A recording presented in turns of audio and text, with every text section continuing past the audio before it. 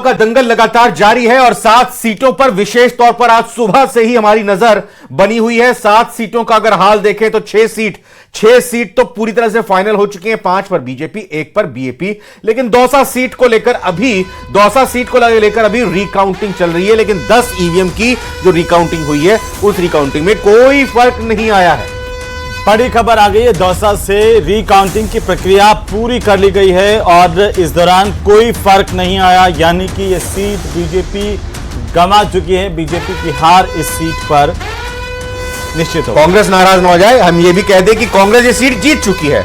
और मिथिलेश जैमिनी जी देखिए, अभी तो बस 10 मिनट पहले, 15 मिनट पहले मैं आपसे बोल ही रहा था दावे के साथ कि 10 भी जब ईवीएम की काउंटिंग होगी तो इसमें कोई फर्क नहीं आएगा रिकाउंटिंग के नंबर में। रूप से जो इलेक्शन प्रक्रिया में एक बार आरओ रिजल्ट आउट कर देता है तो नहीं होता। हमने देखा था लोकसभा चुनाव में अनिल चोपड़ा 15। अच्छा, आशीष हमारे संवाददाता हैं जिन्होंने ये खबर को ब्रेक किया है, लाइव वो बने हुए हैं। आशीष, आप स्क्रीन पर हैं, लाइव आपको दर्शक देख रहे हैं, जानकारी दीजिए।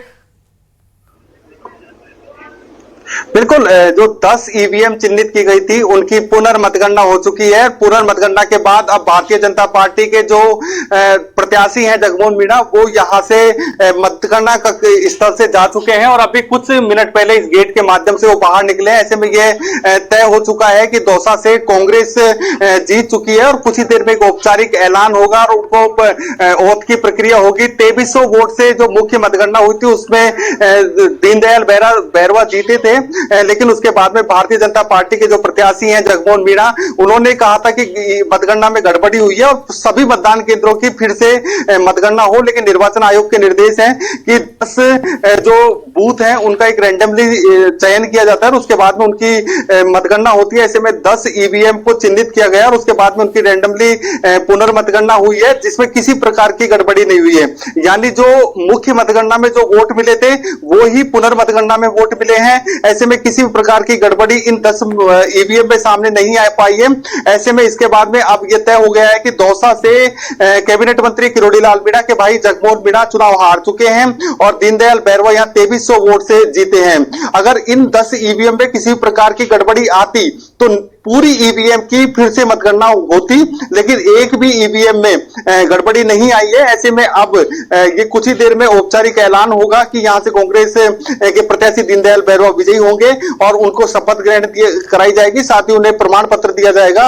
अब सिर्फ औपचारिक ऐलान होना बाकी है, बाकी पुनर्मतगणना पूरी हो चुकी है। जो चिन्हित की गई 10 ईवीएम की पुनर्मतगणना पूरी हो गई है जिसमें किसी प्रकार की कोई गड़बड़ी नहीं मिली है। लेकिन जगमोहन मीणा की ओर से कोई बयान आया है, बीजेपी के नेताओं की तरफ से कोई बयान आया है, क्योंकि उन्होंने मांग की थी और जब हमने उनसे बात की थी तो उन्होंने कहा था कि मेरा अधिकार है कि मैं चाहता हूं कि रिकाउंटिंग हो, गड़बड़ हुई है।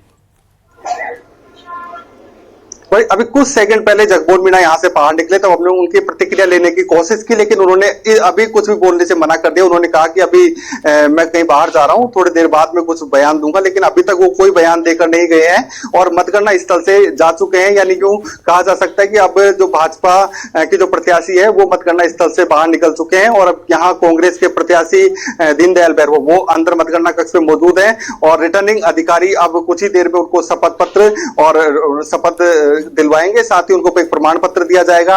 कुल मिलाकर ये कहा जा सकता है कि जो मतगणना हुई है उसमें भी भाजपा को कुछ हासिल नहीं हुआ है और परिणाम जस का तस है। पहले भी 2300 वोट से कांग्रेस जीती थी। एक चीज समझना चाहेंगे, देखिए बस आधिकारिक घोषणा होनी बाकी है, लेकिन देखिए शायद कुछ बयान आ रहा है यहाँ पर सामने। शांता देवी हैं, नहीं ये तस्वीरें हैं।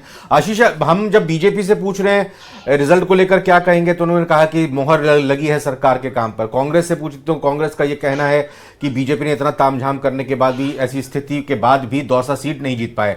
आप चूंकि दौसा को लगातार सालों से कवर कर रहे हैं, दौसा में हम भी पहुंचे थे जिस दिन मुख्यमंत्री भजनलाल शर्मा का रोड शो था।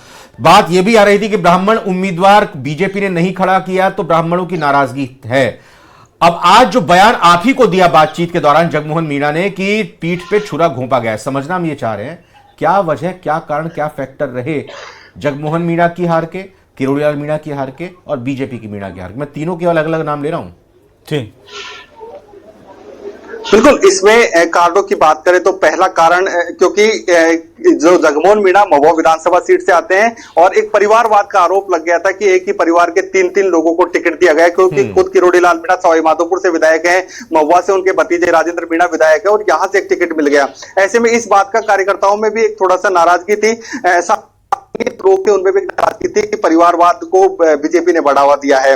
दूसरी बात कि सामान्य सीट थी और सामान्य व्यक्ति को यहाँ पर भाजपा टिकट देती आई है, लेकिन इस बार पहली बार एसटी वर्ग की व्यक्ति को टिकट दिया सामान्य सीट पर। इसकी नाराजगी ब्राह्मण मतदाताओं में थी, उसको साधने की मुख्यमंत्री भजनलाल शर्मा ने कोशिश भी की, नामांकन रैली में भी आए, रोड शो करने भी आए, और लेकिन वो साध नहीं पाए और ब्राह्मण मतदाताओं में इतना इफेक्ट नहीं पड़ पाया। जो टूट थी और जो साइलेंट वोट था, वो ये लग रहा था कि साइलेंट वोट हो सकता है कि भाजपा के पक्ष में आए, लेकिन भाजपा के पक्ष में वो साइलेंट वोट नहीं आ पाया और उसका परिणाम आज देखने को मिला। साथ ही लास्ट में ये भी देखने को मिल रहा था कि 10,000 तक की यदि बढ़त कांग्रेस को दौसा शहर में मिल भी जाती है तो नांगल क्षेत्र जो एसटी बाहुल्य क्षेत्र है, मीणा मतदाता वहां सर्वाधिक है, ऐसे में वहां उसकी पूर्ति हो जाएगी।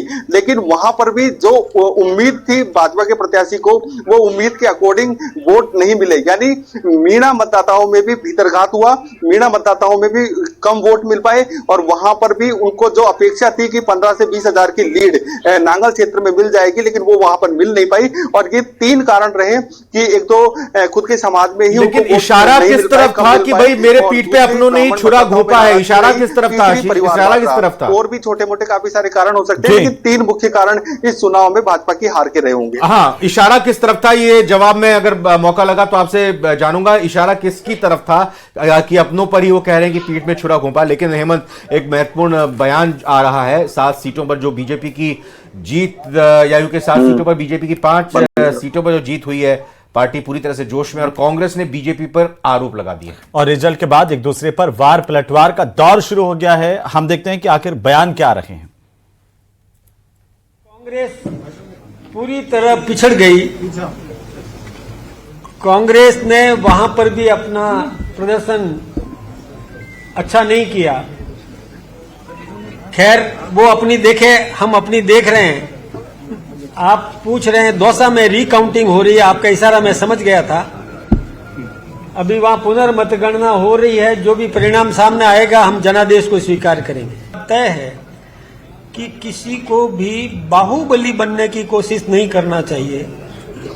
ये जो एक धमकी इस प्रकार की दे देना कि देवली उनियारा में मैं होता तो एसडीएम को 1 की जगह 4 थप्पड़ मारता, ये दम्भ दिखाता है और बाहुबली का और एक संकेत देता है। राजनीति में बाहुबली या भुजाओं के बल पर जो कोई दूसरे को परास्त करना चाहता है, ये कुश्ती का मैदान नहीं है। राजस्थान में 12 महीने पहले भारतीय जनता पार्टी की सरकार बनी, उसके बाद में एक उपचुनाव हुआ जिसमें चलते चुनाव में भारतीय जनता पार्टी ने मंत्री बनाया, उनको शपथ दिलाई, लेकिन जनता जनार्दन ने उनको घर बिठाने का काम किया। आज जो चुनाव हुए हैं उसमें मैं समझता हूं कि मेरा ऐसा मानना है कि ये सरकार हारी है। भले ही बीजेपी के कैंडिडेट ज्यादा जीते हैं, मैं स्वीकार करता हूं, लेकिन सरकार हार गई। असफल प्रयास कर रहे हैं, 2100-2200 से हारने के बावजूद भी मैं समझता हूं कि इस सरकार की इससे बड़ी कोई हार हो नहीं सकती। मैं ये कहना चाहता हूं कि सरकार ज्यादा खुश नहीं हो। इस 10 महीने में 12 महीने में उन्होंने कुछ भी नहीं किया है। और आप देख लीजिए, अगर कुछ किया होता तो एक मंत्री, मुख्यमंत्री सारा जोर लगाने के बावजूद भी इतना बड़ा कद्दावर नेता है, वो चुनाव नहीं हारता। इसलिए आप सब लोगों को धन्यवाद देना चाहता हूं। मेरा मन था, पहले भी था, कि परिणाम कुछ भी आए हम लोग उसको स्वीकार करेंगे और स्वीकार करने के साथ साथ हम लोग इसके लिए समीक्षा करेंगे। हमारे साथ